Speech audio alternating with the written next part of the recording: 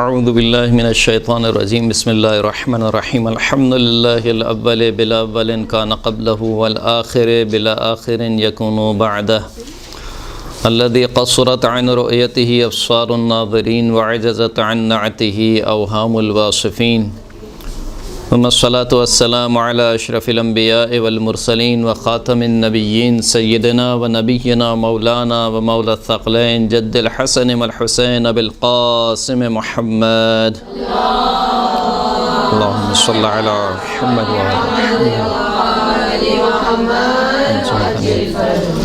وعلى آله الطيبين الطاهرين المعصومين المنتجبين المنتخبين الميامين الذين أذهب الله عنهم الرجس وطهرهم تطهيرا صل على محمد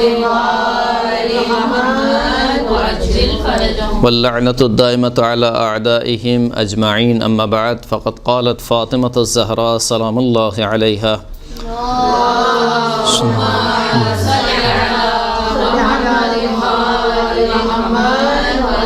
ایھا الناس اعلموا انی فاطمہ و ابی محمد صلی اللہ علیہ وآلہ۔ سرکار ختمی مرتبت حضرت محمد مصطفیٰ صلی اللہ علیہ وآلہ وسلم صلی اللہ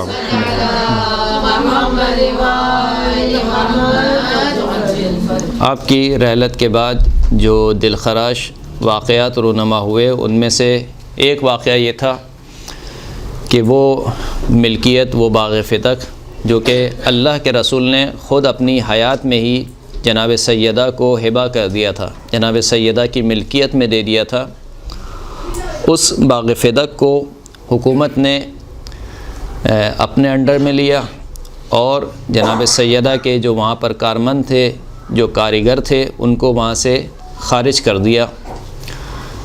اور اسی موقع پر ایک حدیث جس کو گڑھا گیا کہ نحن معاشر الانبیاء لا نورث، کہ ہم جو انبیاء کا گروہ ہے وہ کوئی میراث نہیں چھوڑتے۔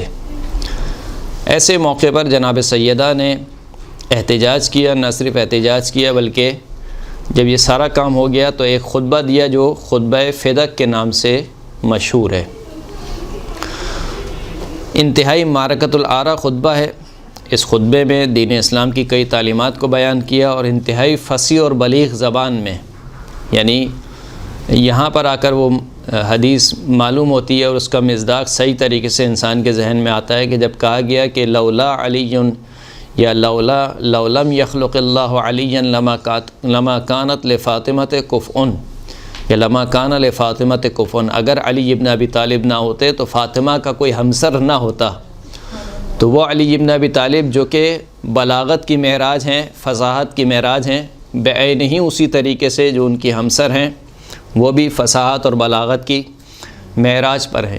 چنانچہ مولا کائنات کے متعلق آپ یہ کہہ سکتے ہیں کہ وہ مرد ہیں، مثال کے طور پر خطبات دیا کرتے ہیں، جنگوں میں جاتے ہیں تو رجس پڑھتے ہیں، جمعے کا خطبہ مثال کے طور پر یا اور خطبے وغیرہ، یعنی ایک طریقے سے کہا جا سکتا ہے کہ ان کی پریکٹس ہے۔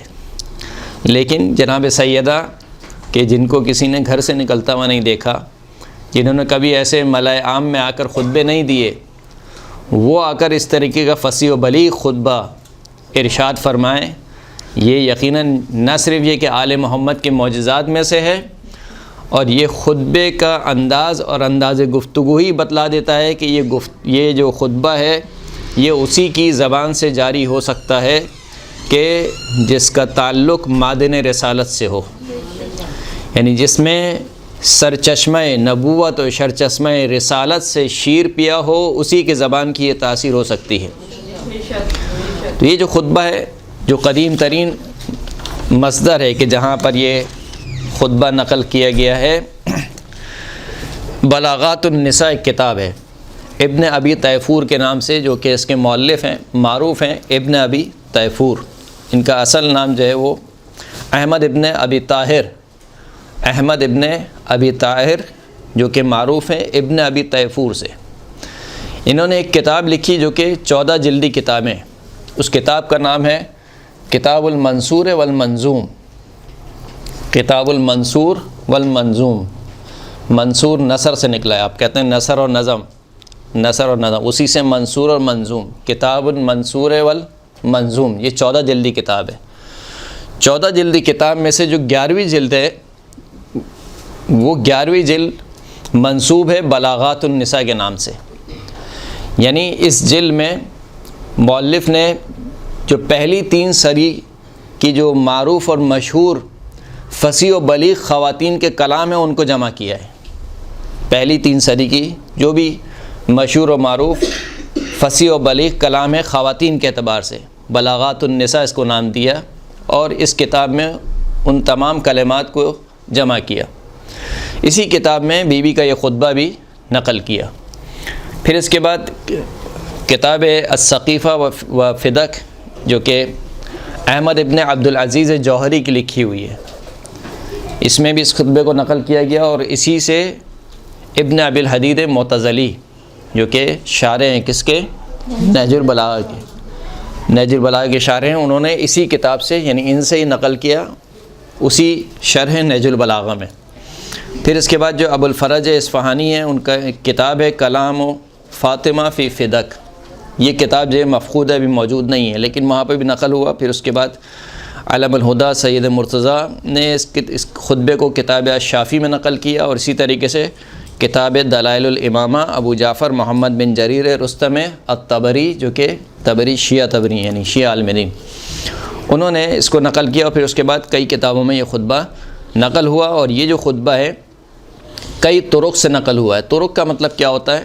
یعنی ایسا نہیں ہے کہ ایک بندے نے نقل کیا اب سب بندے اسی سے نقل کیے جا رہے ہیں، یعنی آخر میں آپ دیکھیں تو اس کا ماخذ کیا ہے؟ مثال کے طور پر فقط بلاغات النساء ہے، یہ فقط ایک راوی ہے، اسی راوی سے سب نقل کر رہے ہیں، 10-12 بندوں نے اسی راوی سے نقل کیا ہے، نہیں ایسا نہیں ہے، اس کے کئی طرق ہیں، یعنی کئی افراد نے اس خطبے کو کئی مختلف افراد سے نقل کیا ہے، نہ ہے کہ فقط ایک ہی افراد ہے اسی فرد سے مثال کے طور پر نقل کیا جا رہا ہے، نہیں، خود بلاغات النساء میں اس کے 3 طرق ذکر ہوئے۔ 3 طرق سے مراد کیا ہے؟ یہ 3 مختلف سندیں ذکر ہوئی ہیں جن سے یہ خطبہ نقل ہوا ہے۔ اسی طریقے سے کتاب سقیفہ اور فدق میں 3 طرق سے نقل ہوا، اسی طریقے سے اور دیگر کتابوں میں بھی یہ خطبہ کئی طرق سے نقل ہوا۔ البتہ کہ جیسے میں نے بات عرض کی آپ کی خدمت میں کہ خود اس خطبے کے جو الفاظ ہیں اور خطبے کی جو فصاحت اور بلاغت ہے یہ خود اس بات پر دلالت کرتی ہے کہ یہ خطبہ سوائے سیدہ کے اور کوئی دے ہی نہیں سکتا تھا۔ تو یہ اس خطبے کی سند کے اعتبار سے اگر اس خطبے کا ایک تعارف میں آپ کی خدمت میں پیش کروں پوائنٹ وائز کہ اس خطبے میں بیوی نے کیا سمجھانا چاہا ہے، سب سے پہلے توحید کا تذکرہ ہے، توحید کا بیان ہے، پھر اس کے بعد رسالت کا بیان ہے، مقام محمد مصطفیٰ صلی اللہ علیہ وآلہ وسلم کو بیان کیا،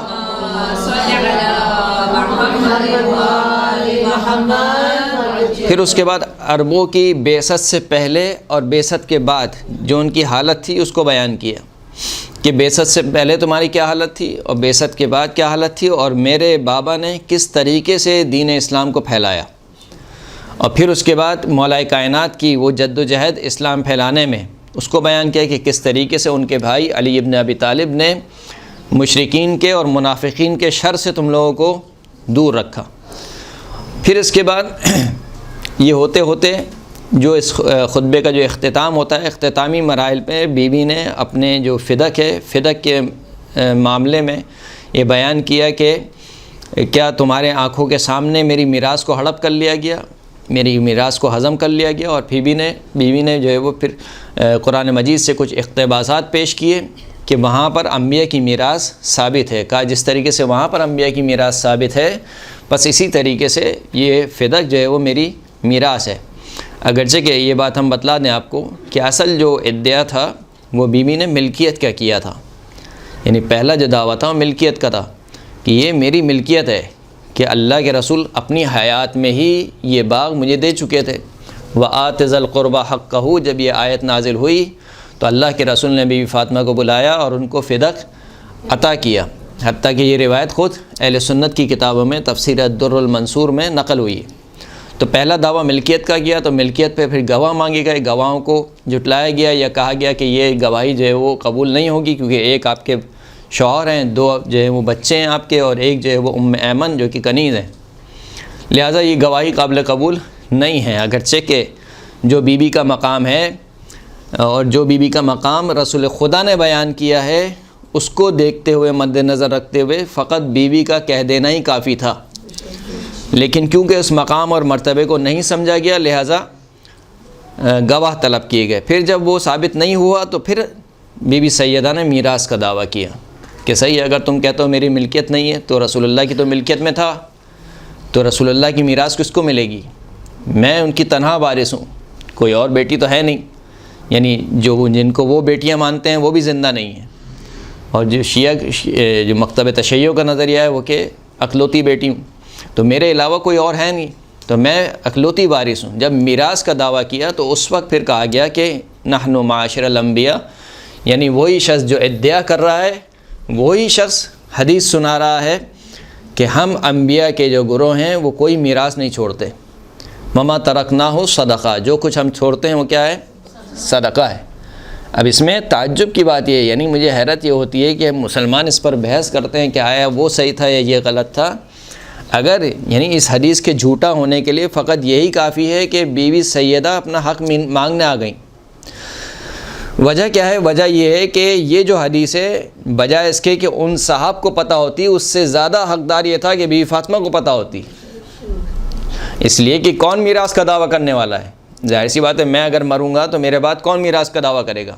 میرے بچے کریں گے، تو میں اپنے بچوں کو بتا کے جاؤں گا ہی نہیں جاؤں گا کہ دیکھو بھائی یہ جو فلاں چیز ہے یہ میری ملکیت نہیں ہے، تم اس کا دعویٰ نہیں کرنا، یا اپنے بچوں کو بتا کے جاؤں گا کہ دیکھو فلاں جو ملکیت ہے وہ امت کی ملکیت ہے، تمہیں جو کچھ ملے گا اس سے صدقہ ملے گا، وہ تمہاری ملکیت نہیں ہے۔ تو خود بیوی فاطمہ کا دعویٰ کرنا خود اس حدیث کے جھوٹا ہونے کے برابر ہے کہ یہ حدیث گڑی گئی ہے۔ اگر یہ حدیث ہوتی تو خود رسول خدا جناب فاطمہ کو سب سے پہلے یہ بتاتے کہ دیکھو یہ فدق جو ہے یہ تمہاری میراث نہیں ہے، تم اس میں میراث کا دعویٰ نہیں کرنا۔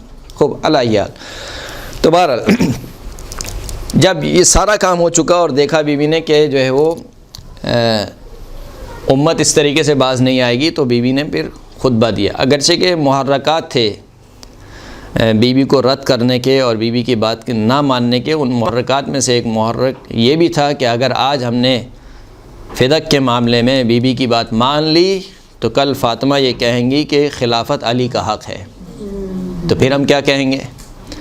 تو یہ بہت سارے محرکات تھے، اور در حقیقت اگر دیکھا جائے جیسے کہ بعض لوگ یہ اشکال بھی کرتے ہیں کہ بیوی فاطمہ کی شان اس سے کہیں عظیم ہے کہ وہ ایک باغ کے متعلق اتنا مثال کے طور پر جھگڑا کریں اور یہ کریں وہ کریں، تو اصل جو ادعا تھا اور اصل جو بات مسلمانوں کو سمجھانی تھی وہ یہ سمجھانی تھی کہ تم اس طریق اور اس راستے سے ہٹ رہے ہو کہ جس پر رسول اللہ چھوڑ کے جا رہے ہیں۔ رسول اللہ کہہ کے گئے تھے کہ انی تارک فیکم الثقلین کتاب اللہ و عطرۃ اہل بیتی، میں تم میں دو گراں قدر چیزیں چھوڑے جا رہا ہوں، ایک اللہ کی کتاب، ایک میرے اہل بیت۔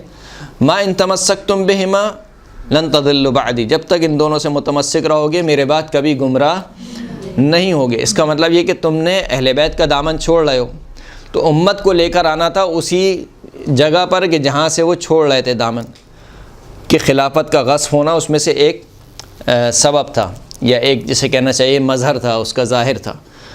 تو در حقیقت جو یہ خطبہ دینا تھا وہ در حقیقت امت کو لے کر آنا تھا ولایت علی ابن ابی طالب پر، نہ ہے کہ آپ کہیں کہ فقط ایک زمین کا ایک چھوٹا سا ٹکڑا ہی تو تھا، اس کے لیے بیوی فاطمہ کیا اتنا جھگڑا کریں گی۔ تو در واقعی یہ اس کے پیچھے محرکات تھے۔ خطبہ بیوی نے شروع کیا، روایت کہتی ہے اس خطبے کو خطبہ لمہ بھی کہا جاتا ہے۔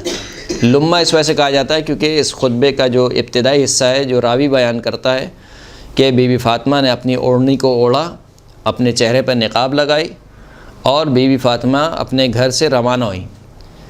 فی لمۃ من حفدتہا، لمہ بولتے ہیں ایک جماعت کو، یعنی اپنے بچوں کے ساتھ، بنی ہاشم کے بچوں کے ساتھ ایک جماعت میں نکلی جس میں بنی ہاشم کے بچے بھی شامل تھے، بنی ہاشم کی عورتیں بھی شامل تھیں۔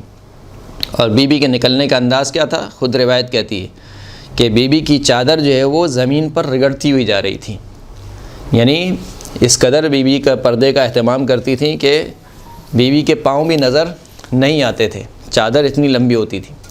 تو چادر زمین پر رگڑتی ہوئی جا رہی تھی، اور دیکھنے والے نے یہ بھی دیکھا کہ ما تخرم مشیتها عن مشیت رسول اللہ، بی بی جس انداز میں گئی ہیں، بی بی کے چلنے کا انداز ذرہ برابر بھی رسول اللہ کے چلنے کے انداز سے کم نہیں تھا۔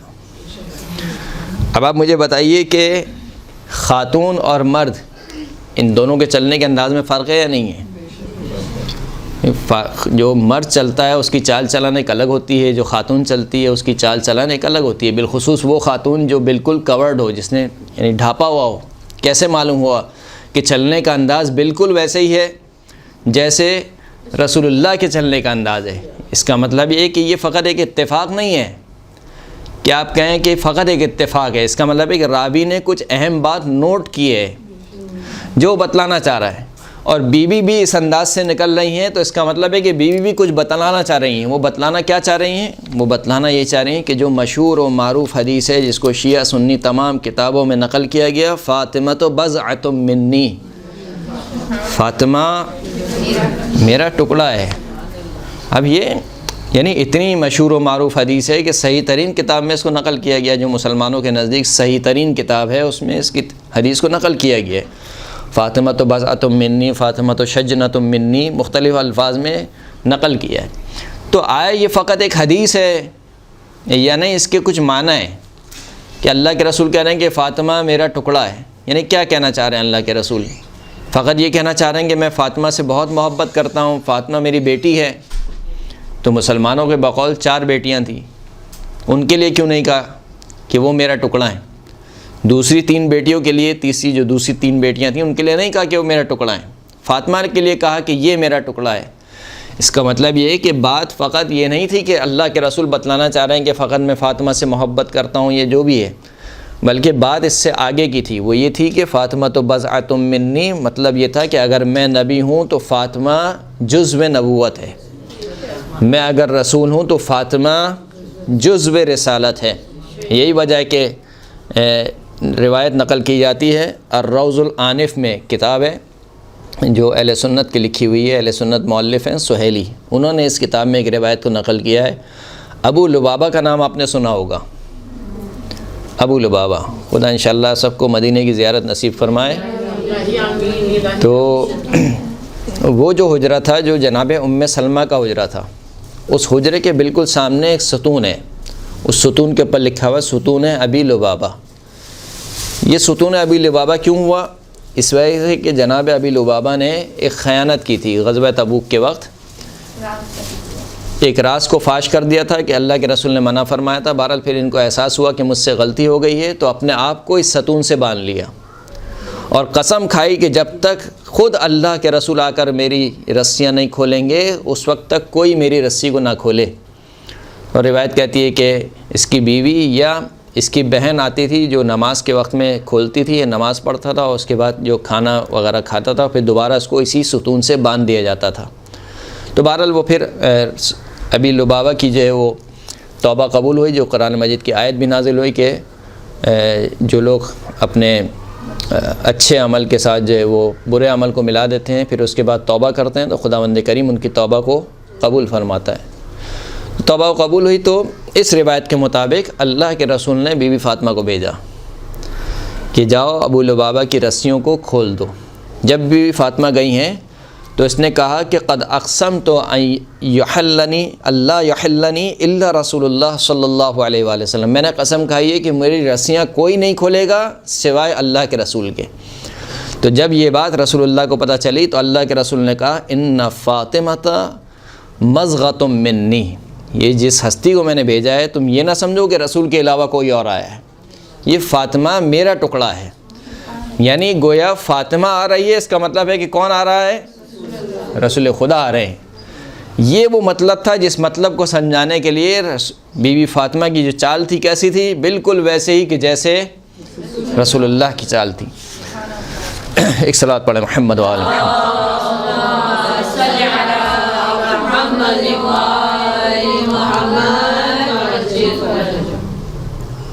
بی بی فاطمہ مسجد میں تشریف لائیں اور روایت کہتی ہے کہ ایک پردہ باندھا گیا، مہاجر اور انصار میں سے افراد مسجد میں بیٹھے ہوئے تھے، بی بی تشریف لائیں، پردہ کھینچا گیا، پردے کے پیچھے بی بی تشریف فرما تھیں اور بی بی نے گریہ کرنا شروع کیا، یہاں تک کہ روایت کہتی ہے کہ بی بی کا گریہ ایسا تھا کہ بی بی کے گریے سے تمام حاضرین گریہ کرنے لگے اور ان کے گریے کی آوازیں بلند ہونے لگیں، یہاں تک کہ بیوی نے کچھ توقف کیا، گریے سے کچھ آرام ملا ان کو، تو تمام لوگوں کی آوازیں ٹھنڈی ہوئیں، ان کا گریہ تھما۔ تو پھر اس کے بعد بیوی نے خطبہ دیا۔ خطبہ دینے کے بعد بیوی نے انتہائی یعنی وہ جو خطبہ شروع کیا انتہائی فصیح و بلیغ انداز میں خداوند کریم کی حمد و ثنا کی، اور حمد و ثنا کرنے کے بعد جو پہلا بیان ہے وہ توحید کا بیان ہے۔ یعنی اگر دیکھا جائے تو اس خطبے میں گویا بی بی فاطمہ وہ جو دین رسول اللہ لے کر آئے تھے وہ پورا کا پورا دین دوبارہ پیش کر رہی ہیں مہاجر و انصار کے اوپر۔ کس وجہ سے پیش کر رہی ہیں؟ اس وجہ سے پیش کر رہی ہیں کہ خود قرآن مجید کی آیت ہے أَفَإِن مَّاتَ أَوْ قُتِلَ انقلبتم عَلَىٰ أَعْقَابِكُمْ، اگر یہ ہمارا رسول مارا جائے یا قتل کر دیا جائے، یعنی اس کو طبعی موت آ جائے، یہ قتل کر دیا جائے، تو کیا تم اپنے دین پر دوبارہ پلٹ جاؤ گے؟ اس کا مطلب کیا ہے؟ اس کا مطلب یہ کہ ارتداد کا خدشہ تھا کہ ابھی تو یہ تمہیں رسول مان رہے ہیں، کلمہ پڑھ رہے ہیں، ایسا نہ ہو کہ رسول اللہ کے جانے کے بعد یہ کہیں کہ اب تو رسول چلا گیا، اب نہ وہ محمد نہ وہ رسول رہا، اب اس کی رسالت بھی ختم ہو گئی، اس کا دین بھی ختم ہو گیا۔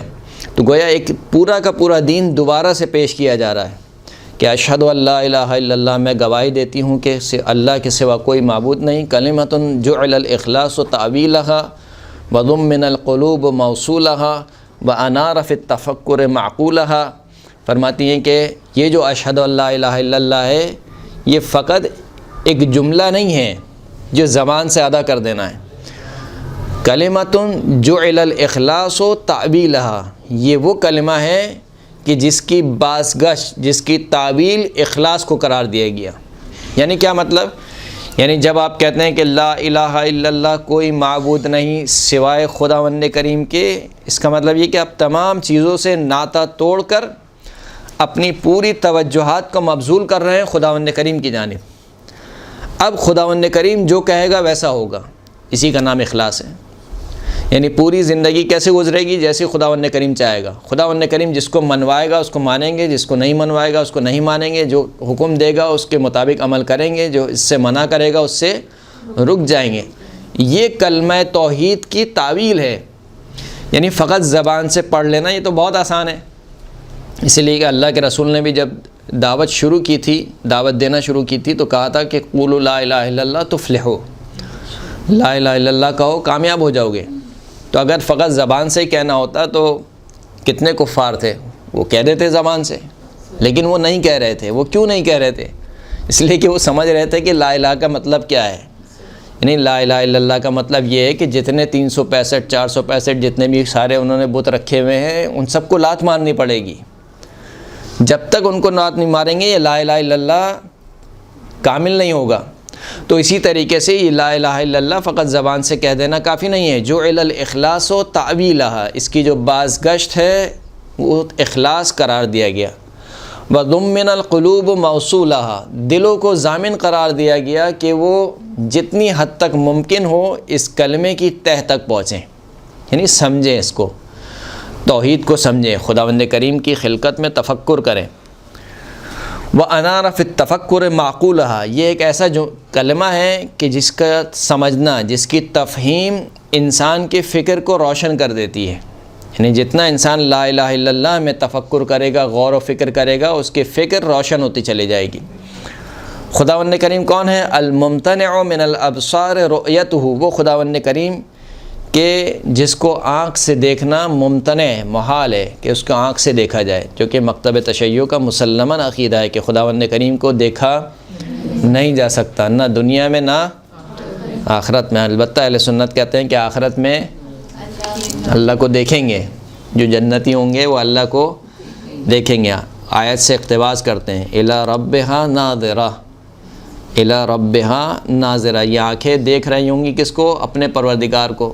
کہا دیکھا یہاں پر کہہ رہا ہے کہ خداوند کریم خود کہہ رہا ہے کہ یہ آنکھیں اپنے پروردگار کو دیکھ رہی ہوں گی، اس کا مطلب ہے کہ آخرت میں دیکھا جائے گا۔ بہرحال ہم یہ کہتے ہیں کہ خداوند کریم آخرت میں بھی دیکھا نہیں جائے گا، اور ان جیسی آیت کی تعویل کیا ہے کہ خداوند کریم کی رحمت کو دیکھ رہی ہوں گی۔ یا ایک تعویل کے مطابق جیسے کہ وہ روایت ہے جس میں ابا سلط حروی سے روایت ہے کہ جس نے جو ہے وہ معصوم کی زیارت کی ہے، جس نے رسول اللہ کی زیارت کی، گویا اس نے عرش پر اللہ کی زیارت کی ہے۔ یہ خود امام رضا کی زیارت میں یہ کہ فضیلت میں یہ جملہ ہے کہ جس نے صلوات پڑھے محمد علیہ صلی اللہ علیہ محمد علیہ،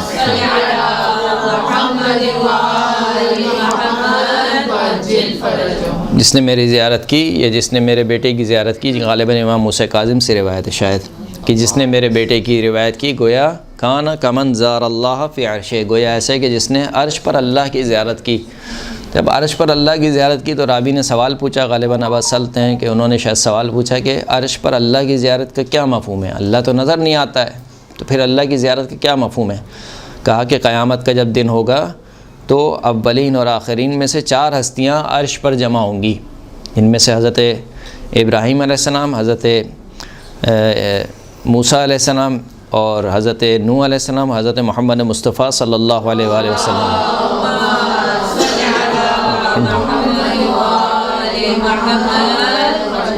4 ہستیاں اولین میں سے، 4 ہستیاں آخرین میں سے۔ جو آخرین میں سے ہیں وہ رسول خدا مولا کائنات اور جناب حسنین شریفین، امام حسین علیہ السلام، امام حسن علیہ السلام، یہ ہستیاں عرش پر جمع ہوں گی۔ ان کی زیارت گویا اللہ کی زیارت ہے، تو اس لیے کہا کہ کانا کمن زار اللہ فی عرشہ۔ خوب، تو کہا کہ خداوند کریم وہ ہے کہ جس کو دیکھا نہیں جا سکتا ہے۔ وَمِنَ الْأَلْسُنِ صِفَتُهُ، زبانوں سے جس کی توصیف بیان کرنا محال ہے، یعنی آپ جتنی بھی توصیف بیان کریں خداوند کریم کی توصیف بیان نہیں ہو سکتی۔ وَمِنَ الْأَوْهَامِ كَيْفِيَّتُهُ، آپ جتنا ہی غور و تفکر کر لیں اور خدا کی کیفیت سمجھنے جائیں، اسی لیے منع فرمایا کہ التفکر فی ذات اللہ، یہ ممنوع ہے۔ اللہ کی ذات میں فکر کرنا کہ وہ کیسا ہے، اس کی حقیقت کیا ہے، یہ ممنوع ہے، لیکن اللہ کی خلقت میں تفکر کرنا یہ پسندیدہ ہے۔ اللہ کی مخلوق میں، اللہ کے اثرات میں تفکر کرنا یہ پسندیدہ ہے، لیکن خود ذات خداوند کریم میں تفکر کرنا کہ آیا اس کا کوئی سر ہے یا نہیں ہے، یا اس کی ذات کیفیت اس کی کیسی ہے، وہ سر رکھتا ہے نہیں رکھتا ہے، یہ جو کیفیت میں تفکر کرنا ہے یہ ممتنع بھی ہے۔ رسول خدا نے منع کیا ہے کہ اللہ کی ذات میں تفکر نہ کرو۔ فرمایا کہ من الاوہام کیفیتہ، انسان کی عقلیں اس کی کیفیت کو سمجھنے سے عاجز ہیں، قاصر ہیں۔ یہاں پر توحید کو بیان کر دیا۔ پھر اس کے بعد جو توحید کی سب سے اہم ترین اور سب سے آسان ترین اور سب سے جسے کہنا چاہیے کہ ظاہر ترین شق ہے، جسے ہر انسان محسوس کر سکتا ہے، اس کو بیان کیا۔ وہ کیا ہے؟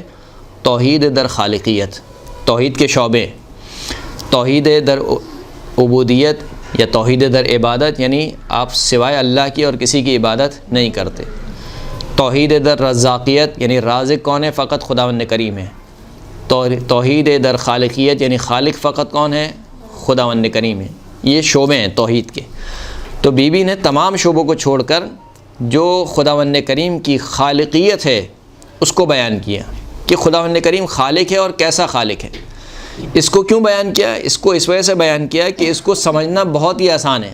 قرآن مجید نے انتہائی مختصر سے جملے میں بیان کیا۔ وہ کیا ہے قرآن مجید کا جملہ؟ ام خلقوا من غیر شیء ام هم الخالقون، کیا یہ بغیر کسی شے کے خلق کیے ہوئے ہیں یا یہ خود خلق کرنے والے ہیں؟ یعنی انسان اپنے آپ سے سوال کرے کہ مجھے کسی نے پیدا کیا ہے یا میں خود اپنے آپ کو پیدا کرنے والا ہوں، تو جواب 2 حالتوں سے خالی نہیں ہے۔ یا تو کہے گا کہ میں خود اپنے آپ کو پیدا کرنے والا ہوں، جو کہ نہیں ہے، یا کہے گا کہ یقیناً کوئی ایک خلق کرنے والا ہے جس نے مجھے خلق کیا ہے، یا تیسری شق یہ ہو سکتی ہے کہ کوئی بھی خلق کرنے والا نہیں ہے، میں خود بخود وجود میں آ گیا۔ 3 شقیں ہیں۔ پہلا کہا کہ ام خلقوا من غیر شیء، خود بخود وجود میں آ گئے، ام هم الخالقون، یا یہ خود اپنے آپ کو خلق کرنے والے ہیں۔ 2 شقوں کو قرآن مجید میں بیان کیا، کیونکہ دونوں شقیں باطل تھیں، اس کا مطلب ہے کہ تیسری شق صحیح ہے۔ وہ کیا ہے کہ خداوند کریم ہے کہ جس نے تمہیں خلق کیا ہے۔ تو یہ اتنا آسان سا استدلال تھا خداوند کریم کی توحید کے اوپر، جس کو قرآن مجید میں اس جملے سے بیان کیا گیا۔ بی بی نے اسی سے ابتدا کی، کہا کہ ابتدع الاشیاء لا من شیء، خداوند کریم وہ ہے کہ جس نے اشیاء کو بغیر کسی شے سے خلق کیا، اشیاء کو بغیر کسی شے سے خلق کیا۔ وہ شے کان قبلہا، ایسی شے کہ جو اشیاء سے پہلے ہو۔ مثال کے طور پر آپ روٹی کیسے بناتی ہیں؟ آٹا ہونا چاہیے، آٹا ہوگا تو روٹی بنے گی، ورنہ روٹی نہیں بنے گی۔ بریانی کیسے بنے گی؟ چاول وال ساری چیزیں ہوں گی، سب سے بڑھ کر کراچی میں گیس ہوگی تو بنے گی، ورنہ تو نہیں بنے گی۔ یعنی آپ جو چیز بھی خلق کرنا چاہتی ہیں اس کے پہلے خام مٹیریل ہونا ضروری ہے۔ لیکن خداوند کریم کیسا خالق ہے؟ ابتدع الاشیاء، اس نے اشیاء کو خلق کیا، لا من شیء، اس کا کوئی خام مال موجود نہیں تھا، بغیر خام مال کے اس نے اتنا خوبصورت انسان بنایا، یہ اتنی خوبصورت کائنات بنائی۔ ابتدع الاشیاء لا من شیء کان قبلہا، اشیاء کو خلق کیا، لیکن کیسے خلق کیا کہ اس سے پہلے کوئی ایسی چیز نہیں تھی کہ جس سے خدا نے خلق کیا ہو، نہیں تھی۔ وَأَنشَأَهَا بِلَا احْتِذَاءِ أَمْثِلَةٍ امْتَثَلَهَا كَوْنُهَا بِقُدْرَتِهِ وَأَنشَأَهَا بِلَا احْتِذَاءِ أَمْثِلَةٍ، خداوند کریم نے اشیاء کو وجود میں لایا بغیر کسی نمونے کے، بغیر کسی نمونے کے۔ جہاز کیسے بنا ہے؟ جہاز آپ کو پتہ ہے جہاز کیسے بنا ہے؟ ایک سائنسدان نے ریسرچ کی پرندے کے اوپر کہ پرندہ کیسے اڑتا ہے اور پھر کیسے بیٹھتا ہے، اس پرندے کو دیکھ کر اس نے جہاز کو بنایا، یعنی ایک نمونہ موجود تھا۔ آپ کو مثال کے طور پر بولا جائے کہ مجھے ایک آئی فون بنانا ہے، کیسا بنانا ہے؟ تو کوئی نمونہ بتلایا جائے گا کہ ایسا بنانا ہے، یا میری پینٹنگ بنانی ہے، کیسی بنانی ہے، تو اس کو کوئی نمونہ دکھلایا جائے گا۔ خداوند کریم نے بغیر کسی نمونے کے، یعنی ایسا نہیں ہے کہ پہلے کوئی ایک چیزیں بنی ہوئی ہوں ان کی پیروی کرتے ہوئے خدا نے ایک انسان بنا دیا ہو، ایسا نہیں ہے۔ انشاہا بلا احتذاء امثلۃ، خداوند کریم نے اشیاء کو خلق کیا بغیر مثال کی پیروی کرتے ہوئے، بغیر کسی نمونے کے، بغیر کسی نقشے کے۔ کوئی نقشہ نہیں تھا کہ آپ کہیں کہ یہ نقشہ ہے، اس نقشے پر بلڈنگ بنے گی، نہیں، بغیر کسی نمونے کے، بغیر کسی۔ کونہا بقدرت، خداوند کریم نے اپنی قدرت سے اشیاء کو خلق کیا، یہاں تک کہ خود قرآن مجید نے کہا کہ یا ایھا الناس ضرب مثل فاستمعوا لہ، اے لوگو تمہارے لیے ایک مثال پیش کی جاتی ہے، پس اس مثال کو غور سے سنو۔ ان الذین تدعون من دون اللہ لن یخلقوا ذبابا، جن کو تم اللہ کے سوا پکارتے ہو ان میں اتنی قدرت بھی نہیں ہے کہ وہ ایک مکھی خلق کر سکیں، ایک مکھی۔ وَلَوْ اجْتَمِعُوا لَهُ، اگرچہ کہ سب کے سب جمع ہو جائیں، یعنی سب کے سب جمع ہو جائیں اور خلق کریں کس کو؟ مکھی کو، خلق نہیں کر سکتے۔ وَإِن يَسْلُبْهُمُ الذُّبَابُ شَيْئًا لَا يَسْتَنْقِذُونَهُ مِنْهُ، اگر مکھی ان سے کچھ لے لے، ان کی اتنی قدرت نہیں ہے کہ یہ مکھی سے کچھ واپس لے سکیں، یعنی یہ بت، جن بتوں کی تم پرستش کرتے ہو، اگر مکھی ان کے اوپر بیٹھ جائے اور کچھ لے کے چلے جائے تو ان میں اتنی قدرت نہیں ہے کہ مکھی سے اپنی لی ہوئی چیز واپس لے سکیں۔ ضعف الطالب والمطلوب، طالب بھی ضعیف ہے، یعنی طلب کرنے والا بھی ضعیف ہے، مطلوب جس سے طلب کیا جا رہا ہے وہ بھی ضعیف ہے، یعنی تم خود بھی ضعیف ہو، جس سے تم طلب کر رہے ہو وہ بھی ضعیف ہے۔ اس کے مقابل میں کس کی طرف پکار رہا ہوں؟ ایھا الناس انتم الفقراء الی اللہ واللہ هو الغنی الحمید، اے لوگو تم سب کے سب اللہ کے فقیر ہو، اور خداوند کریم ہے کہ جو غنی بھی ہے اور حمید بھی ہے۔ تو اسی بات کو خداوند کریم نے بیان کیا۔ آج بھی آپ دیکھ لیجئے، اتنا ٹیکنالوجی کا جو استعمال بڑھ گیا ہے اور اتنی انسان نے ترقی کر لی ہے، لیکن آج بھی ایک مکھی کا پر جیسا پر نہیں بنا سکتے ہیں، ایک مکھی کے جیسا پر، یعنی آج اتنی ترقی کر لی ہے، خدا نخواستہ کسی کا ہڈی ٹوٹ جاتی ہے مثال کے طور پر، یا گھٹنا ٹوٹ جاتا ہے، یا فریکچر ہو جاتا ہے، یا خراب ہو جاتا ہے، تو گولا تو لگا دیتے ہیں، لیکن لگانے کے بعد بھی، اتنا مہنگا لگانے کے بعد بھی وہ کہتا ہے نہیں، وہ بات نہیں آ رہی ہے، اب اس کے جیسا خلق نہیں کر سکتے ہیں جو خداوند کریم نے خلق کیا ہے۔ یہ چھوٹی چھوٹی جو ہمارے بدن میں چیزیں ہیں، جو ہماری آنکھ ہے، ہماری ناک ہے، ہماری زبان ہے، ہماری پلکیں ہیں، جو خداوند کریم نے خلق کی ہیں اس کے جیسا خلق نہیں ہو سکتا۔ تو توحید در خالقیت کو بیان کیا، پہلے توحید کو بیان کیا، پھر اس کے بعد توحید در خالقیت کو بیان کیا، پھر اس کے بعد خطبہ آگے بڑھا، فرمایا کہ ذرعہا بمشیتہ من غیر حاجت منہ الی تکوینہا، کہ دیکھو وہ خداوند کریم کیسا غنی ہے، وہ کیسا بے نیاز ہے، اس نے جو ان اشیاء کو خلق کیا ہے، خداوند کریم کو ان اشیاء کی ضرورت نہیں تھی۔ یعنی آج جتنی بھی ایجادات ہو رہی ہیں وہ کیوں ہو رہی ہیں؟ ایک جملہ کہتے ہیں کہ ضرورت ایجاد کی ماں ہے، کیونکہ ضرورتیں بڑھ رہی ہیں لہٰذا ایجادات ہو رہی ہیں، کیونکہ اب دیکھا کہ بھائی گھٹنا ٹوٹ گیا ہے، گھٹنے کے بغیر نہیں چل سکتے ہیں، لہٰذا کوئی چیز ایجاد کی جائے جو قائم مقام ہو سکے اس گھٹنے کا۔ اسی طریقے سے اور تمام اشیاء جتنی بھی ایجاد ہو رہی ہیں وہ کیوں ہو رہی ہیں؟ ضرورت کی وجہ سے، کیونکہ انسان کو اپنی ضرورت ہے، انسان اپنی ضرورت پورا کرنے کے لیے اشیاء کو ایجاد کر رہا ہے، لیکن خداوند کریم کو کسی چیز کی ضرورت نہیں تھی، اس کو ضرورت نہیں تھی کہ کوئی اس کی توحید کا اقرار کرے، کوئی اس کی عبادت کرے، کوئی اس کا کلمہ پڑھے، کسی چیز کی اس کو ضرورت نہیں تھی، بغیر کسی حاجت کے اس نے خلق کیا ہے، اس کو ہماری کوئی ضرورت نہیں ہے۔ ذرعہا بمشیتی، خداوند کریم نے اشیاء کو خلق کیا اپنی مشیت کے مطابق، من غیر حاجت منہ الی تکوینہا، کہ ان اشیاء کو خلق کرنے میں پروردگار کو کوئی رتی برابر بھی ضرورت نہیں تھی، تو پھر کیوں خلق کیا؟ اب سوال ہوتا ہے نا بھائی، جب ضرورت بھی نہیں ہے، وہ خالق جو کہ غنی مطلق ہے، اسے کسی چیز کی ضرورت نہیں ہے، تو پھر خلق کیوں کیا؟ جب ضرورت نہیں تھی تو خلق کیوں کیا؟ فرمایا کہ اظہاراً، ایک صلوات پڑھیں محمد وآلہ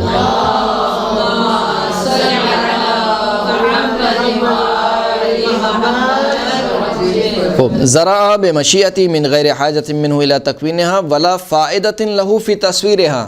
دوسرا جملہ بی بی نے یہ فرمایا کہ ایسا بھی نہیں ہے کہ ان کو خلق کرنے سے کوئی فائدہ ہو، یعنی انسان جب کوئی چیز ایجاد کرتا ہے تو دو وجہ سے ایجاد کرتا ہے، یا تو اس کو ضرورت ہوتی ہے، یعنی اشد ضرورت تو پڑ گئی ہے، یا کوئی چیز ایجاد کرتا ہے ضرورت نہیں ہے لیکن ایک ایڈیشنل فائدہ اس کو مل رہا ہوتا ہے، ایک ایکسٹرا اس کو فائدہ کچھ مل رہا ہوتا ہے، اس وجہ سے چیز کو ایجاد کرتا ہے۔ خداوند کریم کو نہ ضرورت ہے ہماری، نہ اس کو کوئی فائدہ ہے، اس نے پھر بھی خلق کیا، تو کیوں خلق کیا؟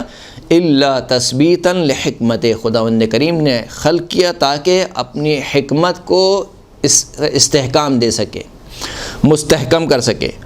وتنبیہا علی طاعتہ، خداوند کریم نے خلقت کو خلق کیا تاکہ اپنی اطاعت پر متنبہ کر سکے کہ دیکھو میں خالق ہوں، تمہیں فقط میری اطاعت کرنی ہے۔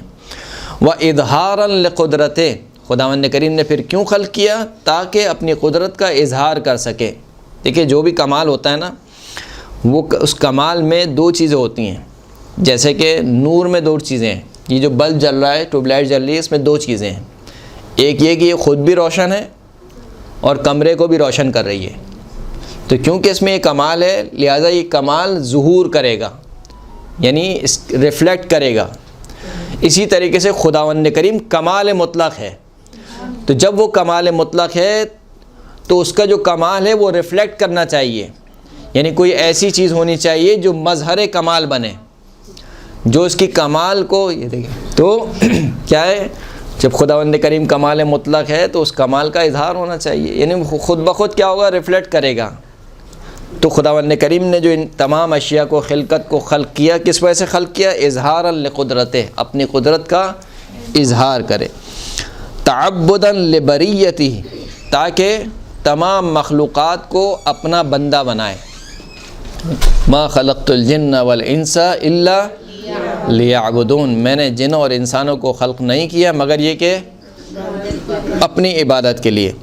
وَإِعْزَازًا لِدَعْوَتِهِ، کیوں خلق کیا؟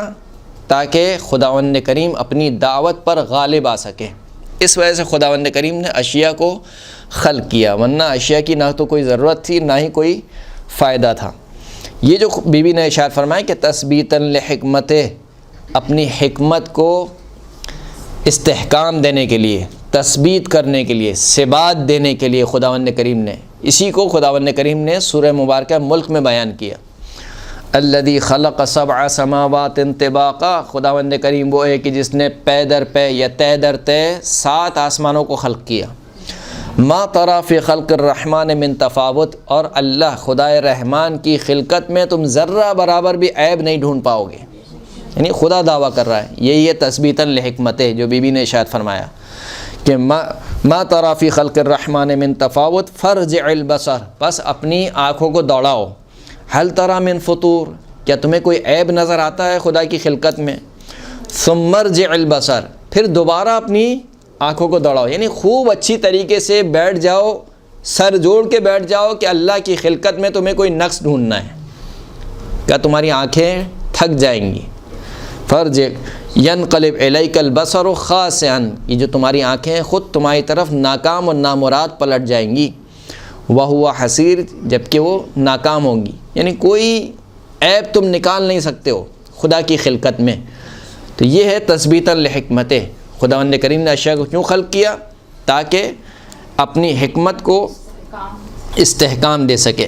پھر اس کے بعد یہ توحید کا بیان ختم ہو گیا، توحید کے بیان کے بعد جزا اور سزا کی حکمت کو بیان کیا کہ آخر یہ جزا اور سزا کیوں رکھا گیا؟ بھائی جب خداوند کریم کو کسی چیز کی ضرورت نہیں ہے تو پھر یہ سزا کس چیز کی اور جزا کس چیز کی؟ کہ نماز پڑھو گے تو یہ ثواب ہے، نماز نہیں پڑھو گے تو یہ عذاب ہے۔ جب نماز پڑھنے سے نہ اس کو فائدہ ہوتا ہے، نماز نہ پڑھنے سے اس کو کوئی نقصان بھی نہیں ہوتا، تو نہ فائدہ نہ نقصان، تو پھر جزا اور سزا کیسی؟ ثم جعل الثواب علی طاعتہ، بیوی فرماتی ہیں کہ اللہ نے ثواب کو اپنی اطاعت کے لیے قرار دیا، ووضع العقاب علی معصیتہ، اپنی معصیت پر عقاب کو قرار دیا، کیوں؟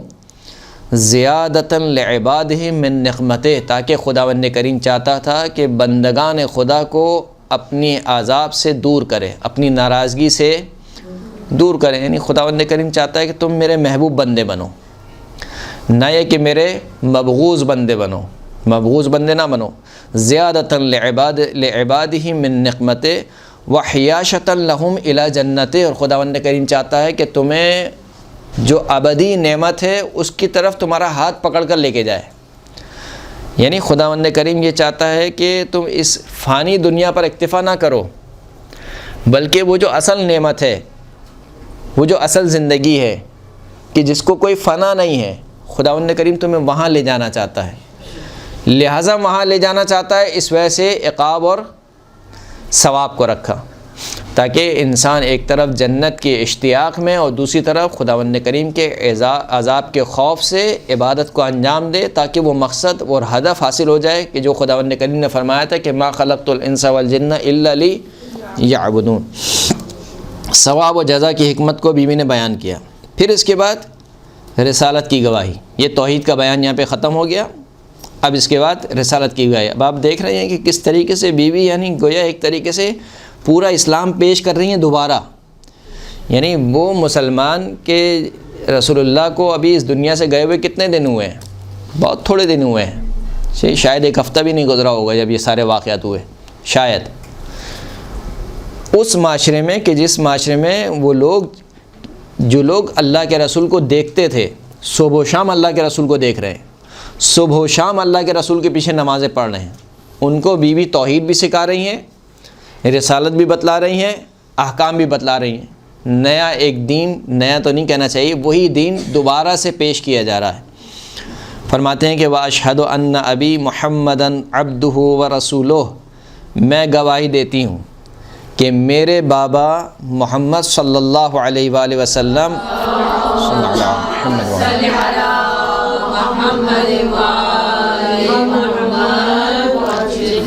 اللہ کے بندے ہیں اور اللہ کے رسول ہیں، اللہ کے بندے ہیں اور اللہ کے رسول ہیں۔ اب یہاں پہ جو غور طلب بات ہے وہ یہ بات ہے کہ بی بی نے یہ نہیں کہا کہ اشہد ان محمد عبدہ و رسولہ، ہم سب یہی گواہی دیتے نہیں دیتے، اشہد ان لا الہ الا اللہ وحدہ لا شریک لہ و اشہد ان محمد عبدہ و رسولہ، کہا کہ اشہد ان ابی، میرے بابا، یہ میرے بابا کو پیش کرنے کی کیا ضرورت تھی؟ یہاں پر گویا بتلانا چاہ رہے ہیں کہ میں جو یہاں پر حاضر ہوئی ہوں میرے مقام کو پہچانو، یعنی تم یہ پہچانو کہ کون تم سے مخاطب ہے اور میرا رسول اللہ سے رشتہ کیا ہے۔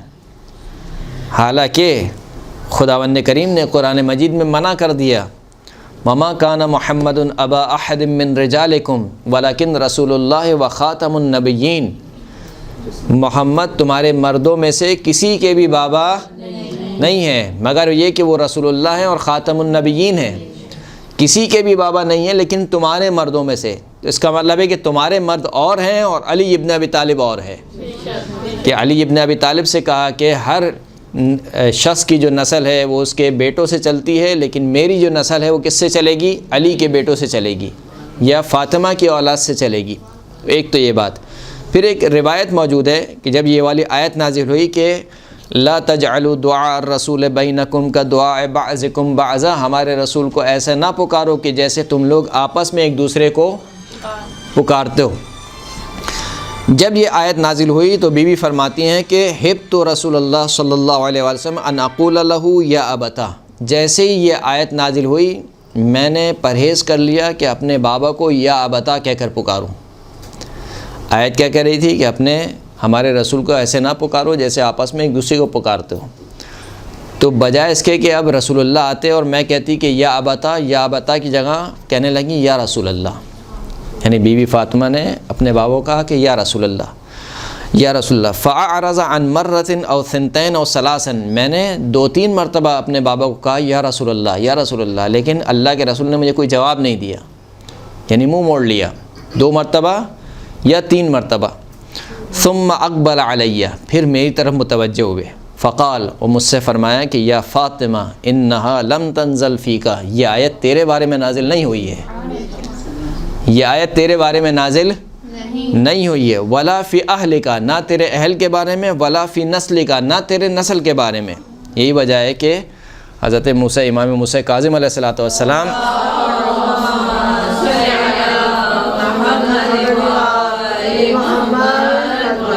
جب مدینے میں موجود تھے تو ہارون الرشید آیا اور قبر رسول کے سامنے کھڑا ہو کر کہنے لگا کہ السلام علیکہ یا ابن عمہ، اے میرے چچا کے بیٹے آپ پر سلام ہو، کیونکہ بنی عباس میں سے تھے، وہ جناب عباس رسول خدا کے چچا تھے، تو کہا کہ اے میرے چچا کے بیٹے آپ پر سلام ہو۔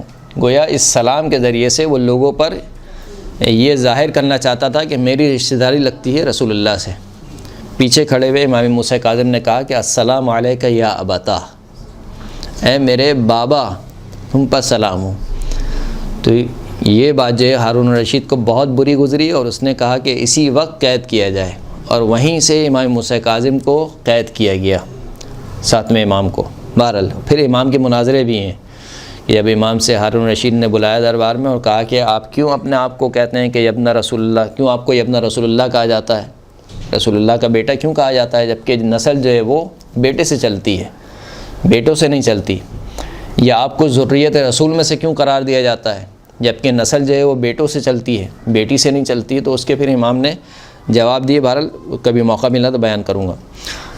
تو فرمایا کہ انت منی و انا منک، یہ آیت تمہارے بارے میں نہیں ہے بلکہ تم مجھ سے ہو اور میں تم سے ہوں، یعنی تم بضعۃ الرسول ہو، تم تو خود میرا جز ہو۔ یہ آیت دوسروں کے بارے میں ہے کہ وہ رسول اللہ کو ایسے نہ پکاریں کہ جیسے آپس میں ایک دوسرے کو پکارتے ہیں۔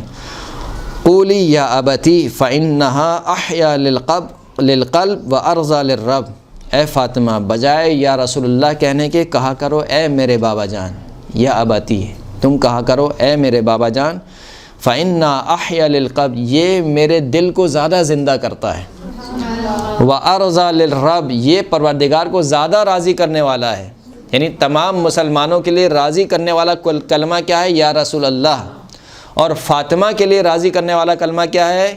یا ابتا، اے میرے بابا۔ تو اس حیثیت کو پہچانوانے کے لیے بی بی نے کہا کہ اشہد ان ابی محمدً عبدہ و رسولہ، میں گواہی دیتی ہوں کہ میرے بابا محمد صلی اللہ علیہ وآلہ وسلم اللہ کے بندے اور اس کے رسول ہیں۔ پھر فرمایا کہ اختارہ قبل ان ارسلہ وسماہ قبل ان اجتباہ واصطفاہ قبل ان ابتثہ اذ الخلائق بالغیب مکنونہ۔ اب جب رسالت کی گواہی دے دی تو اب اس کے بعد خود سرکار ختمی مرتبت کا مقام بیان فرما رہی ہیں کہ دیکھو یہ جو رسول کچھ دن پہلے تمہارے درمیان سے رخصت ہوا ہے، یہ کیا کوئی عام بندہ تھا؟ کوئی تمہارے جیسا بندہ تھا جو اس دنیا سے چلا گیا، یا دنیا کے عام بادشاہوں کے جیسا بندہ تھا کہ جس نے ایک عرصے تک بادشاہت کی اور پھر اس کے بعد اس کو موت آ گئی؟ یہ رسول کون ہے جو تمہارے اور ہمارے درمیان سے چلا گیا ہے؟ فرمایا کہ اختارہ قبل ان ارسلہ، قبل اس کے کہ پروردگار ان کو رسول بنا کر دنیا میں بھیجتا، اس سے قبل پروردگار نے اپنے رسول کا انتخاب کیا، اختیار کیا۔ وسماہ قبل ان اجتباہ، قبل اس کے کہ اللہ کے رسول کو منتخب کرتا اس سے پہلے ہی نام رکھا۔ یعنی آپ کے اور ہمارے بچوں کے نام کب رکھے جاتے ہیں؟ پیدا ہونے کے بعد۔ اگرچہ کہ حکم یہ ہے کہ پیدا ہونے سے پہلے ہی نام رکھ دیا جائے، لیکن بہرحال ایسا نام رکھا جائے کہ اگر معلوم نہ ہو کہ بیٹی ہے بیٹا ہے تو ایسا نام رکھا جائے کہ جو لڑکوں کا بھی ہو اور لڑکی کا بھی ہو۔ جیسے ہمارے یہاں بہت سے نام ایسے ہیں جو لڑکی اور لڑکے دونوں میں استعمال ہوتے ہیں، جیسے ایک نام ذہن میں آ رہا ہے ارم۔ ارم جو ہے وہ لڑکیوں کا زیادہ تر نام ہے، لیکن لڑکوں کے نام بھی ارم ہوتے ہیں، صحیح۔ بہرحال خوب، لیکن رسول اللہ کا نام کب رکھا گیا؟ قبل ان اجتباہ، قبل اس کے کہ پروردگار ان کو منتخب کرتا رسول اللہ کا نام رکھ دیا گیا۔ میرے بعد ایک نبی آئے گا، اسمہ احمد، اس کا نام کیا ہوگا؟ احمد ہوگا۔ یعنی اسی وقت عالم ارواح میں، عالم ذر میں رسول اللہ کا نام رکھ دیا گیا۔ وصطفاہ قبل ان ابتسعوا، ایسا نہیں ہوا کہ اچانک سے دیکھا اللہ کے رسول نے کہ بھائی اب کس کو رسول بنایا جائے، کہاں چلو یہ بندہ اس کو رسول بنا دو۔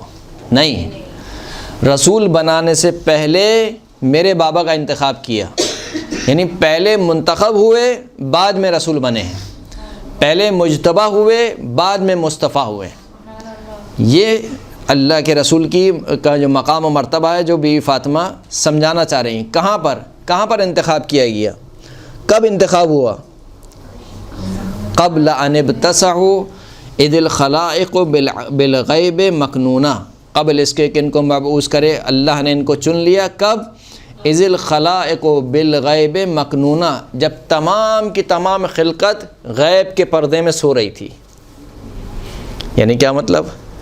یعنی جب اللہ نے کچھ خلق نہیں کیا تھا، ایک وہ خالق تھا اور ایک یہ مخلوق، ایک وہ عابد تھا اور ایک معبود، کوئی نہیں تھا۔ وہ پروردگار، وہ اول مخلوق جس وقت تھے اسی وقت خداوند کریم نے اپنے حبیب کا انتخاب کر لیا۔ یہاں تک کہ روایت کہتی ہے کہ وہ جو عالم ذر میں خداوند کریم نے بندوں کا امتحان لیا اور جس کو آیہ الس کہا جاتا ہے، الستو بربکم قالوا بلا، عالم ذر میں کہا پروردگار نے کہ کیا میں تمہارا پروردگار نہیں ہوں؟ سب نے یک زبان ہو کر کہا کہ بلا۔ اول من اجاب محمد صلی اللہ علیہ وآلہ وسلم، صلی اللہ علیہ محمد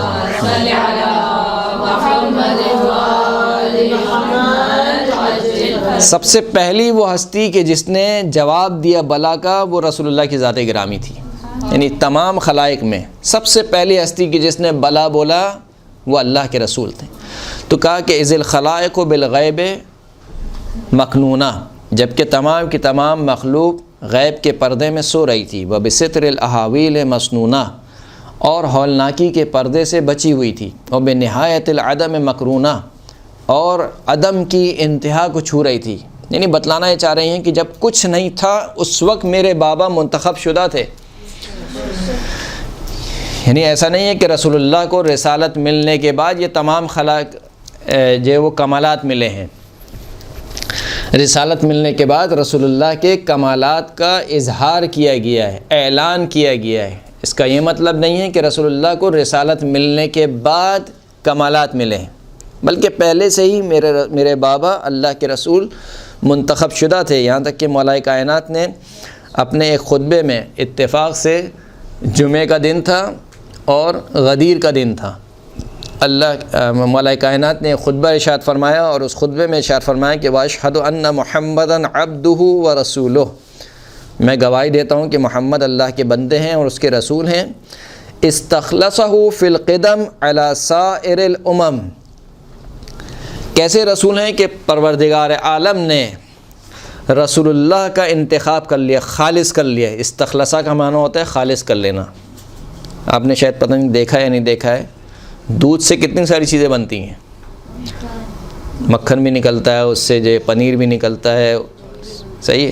مکھن جو ہوتا ہے اس کا خالص نچوڑ ہوتا ہے استخلاص، یعنی سب کو چھان بین کرنے کے بعد جو آخری چیز نکلتی ہے اس کو کہتے ہیں استخلاص۔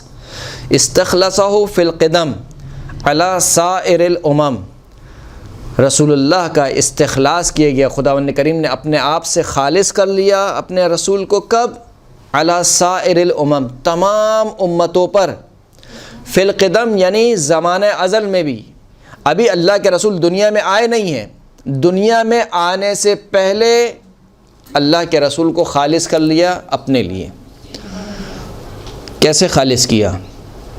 بھائی ابھی تو اللہ کے رسول نے کوئی عمل انجام نہیں دیا، نہ نماز پڑھی، نہ روزہ رکھا، نہ حج کیا، نہ زکوٰۃ دی، کوئی عمل انجام نہیں دیا، تو ابھی آپ کو کیسے پتہ چل گیا کہ یہ جو ہے وہ مخلص بندہ ہوگا اور میرا جو ہے سب سے مقرب بندہ ہوگا؟ ابھی تو اللہ کے رسول نے کوئی عمل انجام نہیں دیا، دنیا میں تشریف نہیں لائے ابھی تو عمل کیا انجام دیں گے؟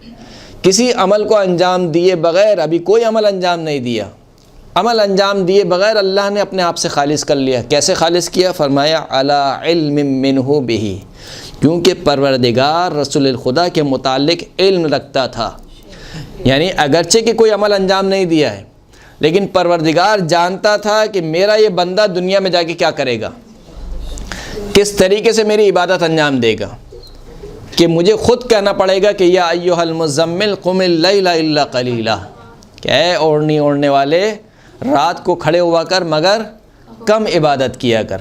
جب حکم آیا کہ وَاعْبُدْ رَبَّكَ حَتَّى يَأْتِيَكَ الْيَقِينُ، اے حبیب اپنے پروردگار کی عبادت کر یہاں تک کہ تیرے پاس یقین آ جائے، دوسری جانب سے اللہ کے رسول نے کیسی عبادت کی کہ روایت کہتی ہے کہ رسول اللہ کے پیروں پر ورم پڑ جاتا تھا اور رسول اللہ کی پنڈلیاں پھول جاتی تھیں، یہاں تک کہ دیکھنے والے کہتے تھے کہ یا رسول اللہ آپ کیوں اتنی عبادت کرتے ہیں؟ جنت اور جہنم آپ کے لیے بنی ہے، یعنی جنت میں وہی جائے گا جو آپ سے محبت کرے گا، جہنم میں وہی جائے گا جو آپ سے دشمنی اختیار کرے گا، یعنی آپ کے صدقے میں پوری کائنات بنی ہے، تو آپ کو عبادت کی کیا ضرورت ہے؟ تو اللہ کے رسول نے کیا جواب دیا تھا کہ افلا اکون عبدا شکورا، کیا میں اللہ کا شکر گزار بندہ نہ بنوں؟ یعنی صحیح ہے کہ سب کچھ میرے وسیلے سے خلق ہوا ہے، تو کیا اتنا بھی خداوند کریم کا حق نہیں بنتا کہ جس نے مجھے اتنا بلند مقام عطا کیا ہے میں اس کی عبادت کروں؟ تو وہ پروردگار جو جانتا تھا کہ یہ جو میرا رسول ہے یہ دنیا میں جا کر کیا کام انجام دے گا، لہٰذا پہلے سے ہی علی سائر الامم، تمام امتوں پر اپنے حبیب کو منتخب کر لیا۔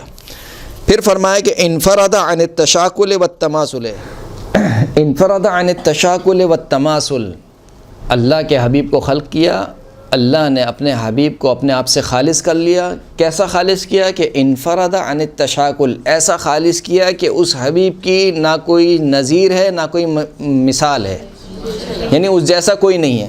کہاں نہیں ہے؟ من ابناء الجنس، ابناء الجنس سے کیا مراد ہے؟ یعنی پوری کائنات میں رسول اللہ کے جیسا کوئی نہیں ہے۔ یہ کون کہہ رہا ہے؟ علی ابن ابی طالب کہہ رہے ہیں۔ علی ابن ابی طالب کے جن کے جیسا کوئی نہیں ہے، وہ کہہ رہے ہیں کہ پوری کائنات میں رسول اللہ کے جیسا کوئی نہیں ہے۔ اور اگر ابناء جنس جو ہے وہ جنس سے مراد خود انبیاء لیا جائے تو رسول خدا وہ ہیں کہ انبیاء میں رسول خدا کے جیسا کوئی نہیں ہے، یعنی پوری امت کی بات تو آپ چھوڑ دیجئے، ہم جیسوں کی بات تو آپ چھوڑ دیجئے، یعنی آدم، عیسیٰ، نوح، موسیٰ، ابراہیم، اسماعیل، اسحاق، یعقوب، ان میں کوئی رسول جیسا نہیں ہے، انفرد ہو۔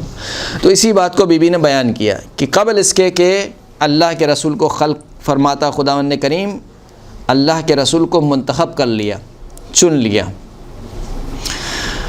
علما من اللہ بمعائل، علما من اللہ بمعائل الامور و احاطہ بحوادث الدہور و معرفۃ بمواقع الامور، ابتسع اللہ اتماما لامرہ، کیوں اللہ کے رسول کو بھیجا؟ تاکہ اپنے امر کو تمام کر سکے، وعزیمۃ علی امضاء حکمہ، اور اپنی حکمت، اپنی جو حکمت ہے اس کو آخری مرحلے پر پہنچا سکے، وانفاذا لمقادیر رحمتہ، اپنی رحمت کی جو مقدار ہے اس کو نافذ کر سکے۔ پھر اس کے بعد بیوی فرماتی ہیں کہ تمہاری حالت کیا تھی؟ اللہ کے رسول جب مبعوث ہوئے تو عرب کی حالت کیا تھی؟ بس یہ آخری فقرہ سن لیجئے، آپ کی زحمت تمام اس کے بعد۔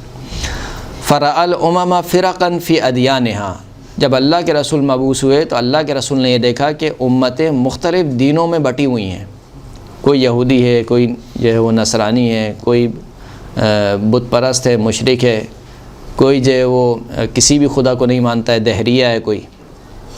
فرأى الامم فرقا فی ادیانہا، اللہ کے رسول نے دیکھا کہ ادیان امتیں جو ہیں وہ مختلف ادیان میں بٹی ہوئی ہیں۔ عقوفا علی نیرانہا، خود اپنی ہوئی بھڑکائی ہوئی آگ سے چمٹی ہوئی ہیں۔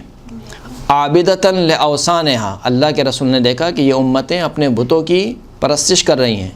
منکرۃ للہ مع عرفانہا، اللہ کی منکر ہیں، سارے اس کو پہچانتی ہیں، یعنی وہ توحید فطری جو خداوند کریم کہتا ہے کہ فطرت اللہ التی فطر الناس علیہا، خداوند کریم کی فطرت وہ ہے کہ جس پر اللہ نے لوگوں کو خلق کیا، انسان فطرتاً توحید پرست ہے، فطرتاً خداوند کریم کو پہچانتی ہیں، لیکن اس کے باوجود کیا ہے؟ اپنے بتوں کی پرستش کر رہی ہیں، اللہ کی وحدانیت کا انکار کر رہی ہیں۔ فَأَنَارَ اللَّهُ بِأَبِي مُحَمَّدٍ ظُلَمَهَا، پس اللہ نے میرے بابا محمد کے وسیلے سے امت کی تاریکیوں کو نور میں بدل دیا، یعنی امت کی تاریکیوں کو دور کیا۔ وَكَشَفَ عَنِ الْقُلُوبِ بُهَمَهَا، اور دلوں سے شک و شبہات کو دور کیا۔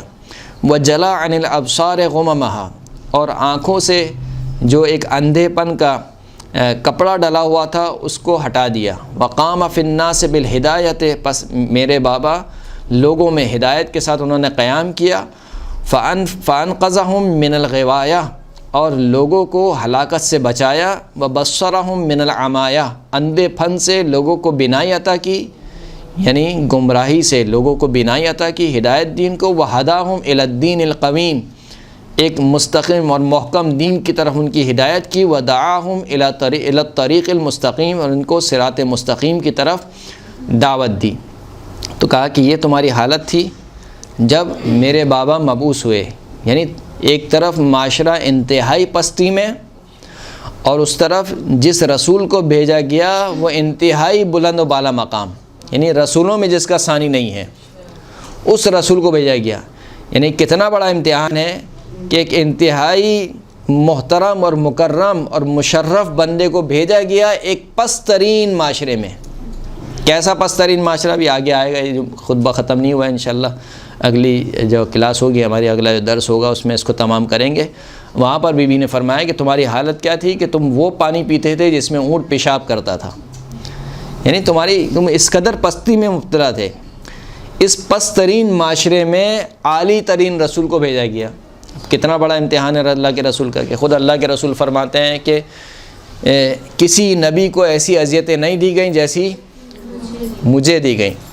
تو وہ اذیت کیا تھی؟ وہ اذیت یہی تھی کہ اللہ کے رسول جو ایک طرف سے خلق عظیم کی منزلت پر فائز، اور دوسری جانب سے وہ قوم کہ جو اللہ کے رسول کو رسول ماننے سے انکار کر رہی ہے، نہ صرف ماننے سے انکار کر رہی ہے بلکہ ان کو اذیتیں پہنچا رہی ہے۔